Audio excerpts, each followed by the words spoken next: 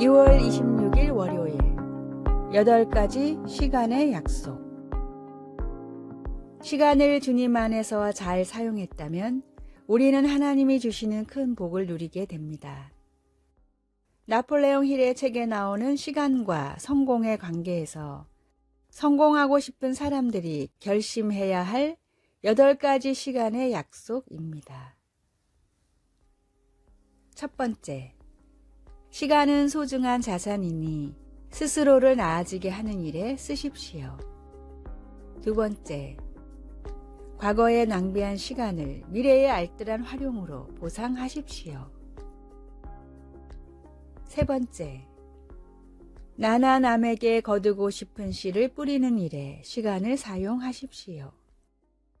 네 번째, 시간을 낭비하는 사람의 마음에 평화는 없음을 기억하십시오. 다섯 번째, 뜻대로 풀리지 않더라도 내가 원하는 목표만을 위해 정진하십시오. 여섯 번째, 시간은 유한하니 가능한 모든 방법으로 시간을 아끼십시오. 일곱 번째, 나 때문에 세상이 조금 더 좋은 곳이 됐다는 생각이 들도록 시간을 활용하십시오. 여덟 번째, 이 7가지 결심을 매일 반복하고 필요한 사람들에게 전달하십시오.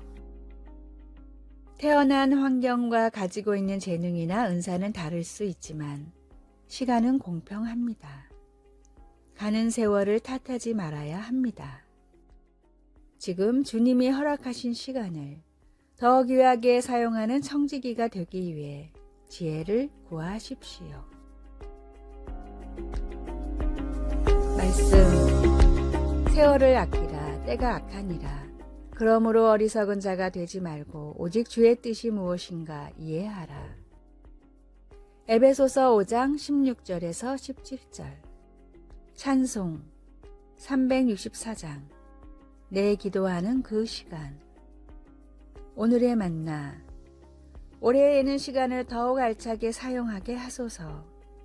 다사다난한 한 해를 잘 지내게 해주실 주님께 온 마음으로 감사합니다.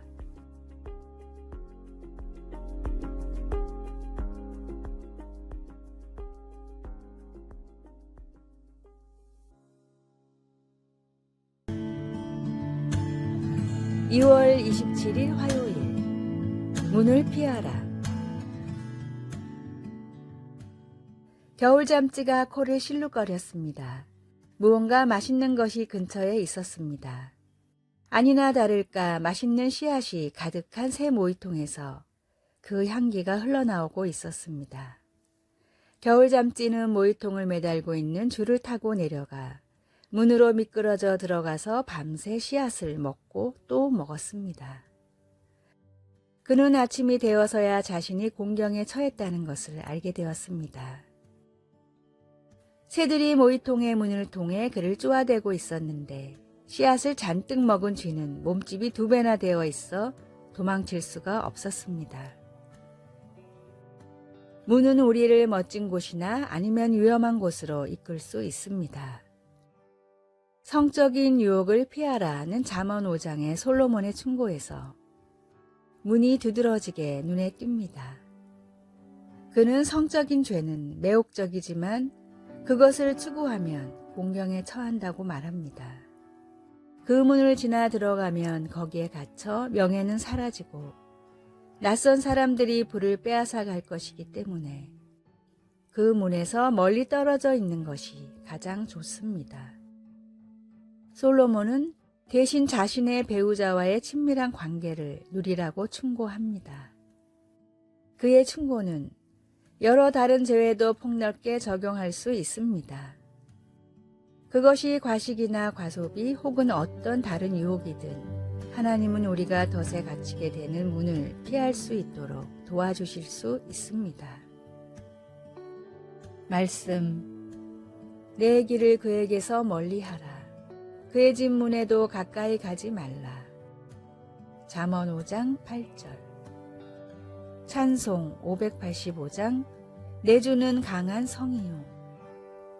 기도, 하나님, 덫에 가두는 문을 피할 수 있도록 도와주소서. 아멘.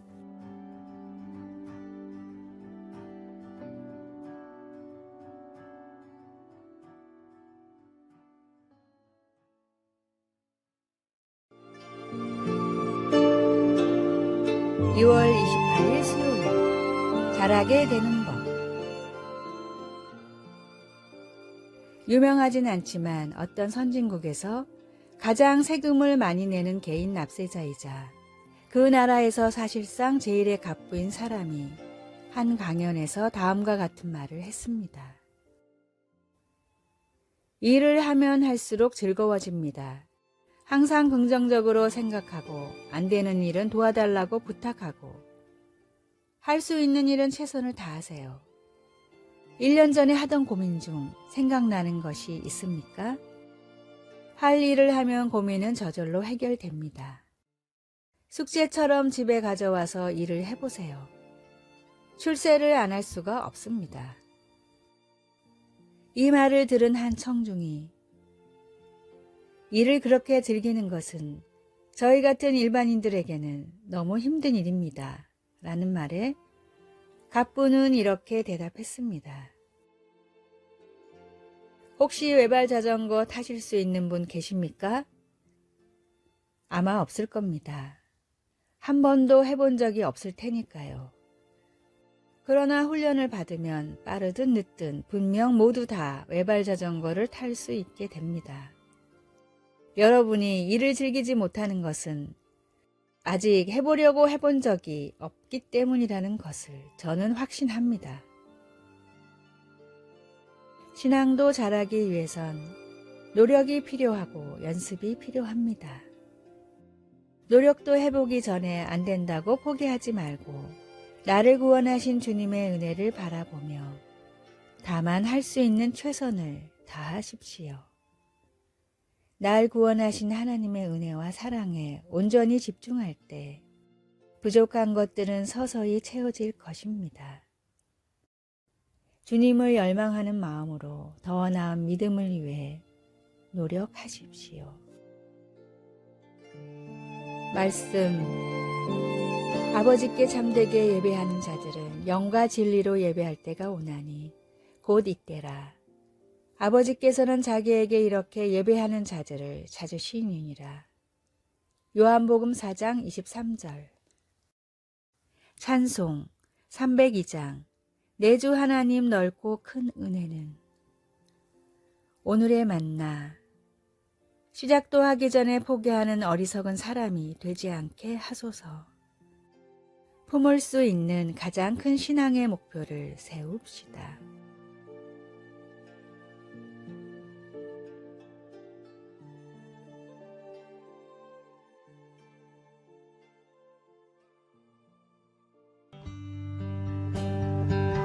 (2월 29일) 목요일. 가족의 일원. 다운튼 애비는 1900년대 초 영국 사회구조의 변화를 겪는 가상의 크롤리 가족을 다루었던 인기 있는 영국 텔레비전 드라마였습니다.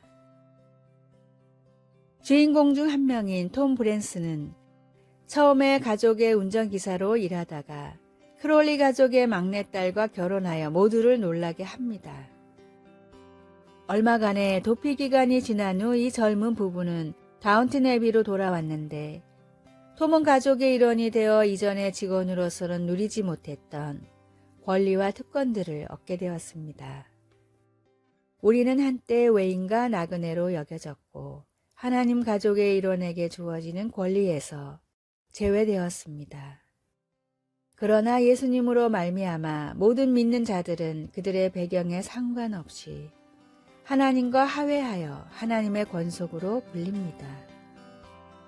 하나님의 가족이 되는 것은 엄청난 권리와 특권을 가져다 줍니다. 우리는 담대함과 확신을 가지고 하나님께 나아갈 수 있으며 방해받지 않고 무제한으로 하나님을 가까이 하는 기쁨을 누릴 수 있습니다. 그리고 우리는 더 큰 가족, 곧 우리를 지지하고 격려해주는 믿음의 공동체의 일부가 됩니다. 하나님께서 거저 주시는 풍성한 사랑의 선물에 대해 다시 듣고 받아들여 하나님의 가족이라는 그 경이로움을 즐겨 누리십시오.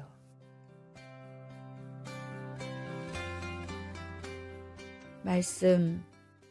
그러므로 이제부터 너희는 외인도 아니요 나그네도 아니요 오직 성도들과 동일한 시민이요 하나님의 권속이라. 에베소서 2장 19절. 찬송 559장. 사철의 봄바람 불어있고. 기도. 사랑하는 하나님, 저를 하나님의 가족으로 즐거이 받아주시고 하나님의 자녀로서 그에 따르는 모든 권리와 특권까지 주시니 감사합니다. 아멘.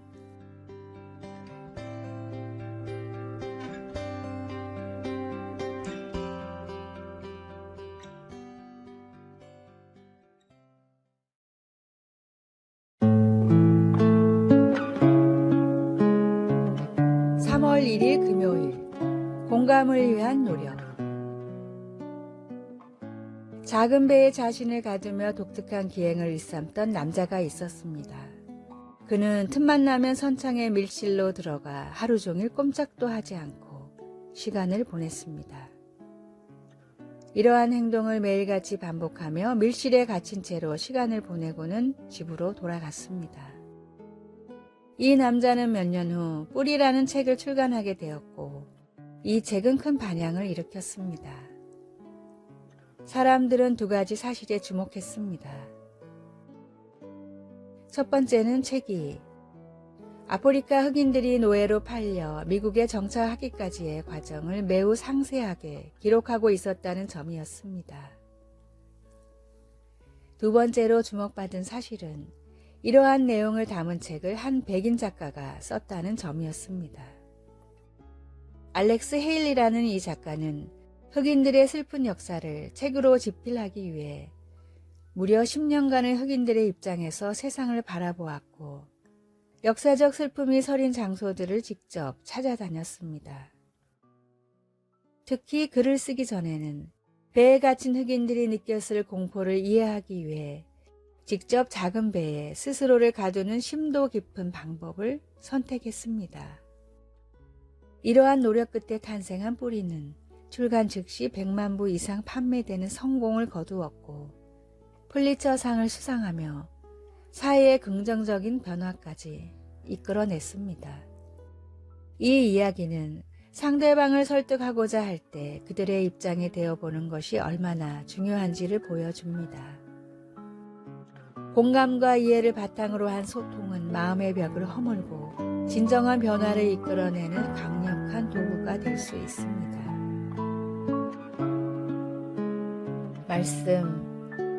각각 자기 일을 돌볼 뿐더러 또한 각각 다른 사람들의 일을 돌보아 나의 기쁨을 충만하게 하라. 빌립보서 2장 4절. 찬송 338장. 내 주를 가까이 하게 함은. 오늘의 만나. 주님의 깊은 이해와 공감의 마음을 닮아 우리도 상대방의 입장에서 그들의 심정을 헤아리며 신앙의 메시지를 전달합시다.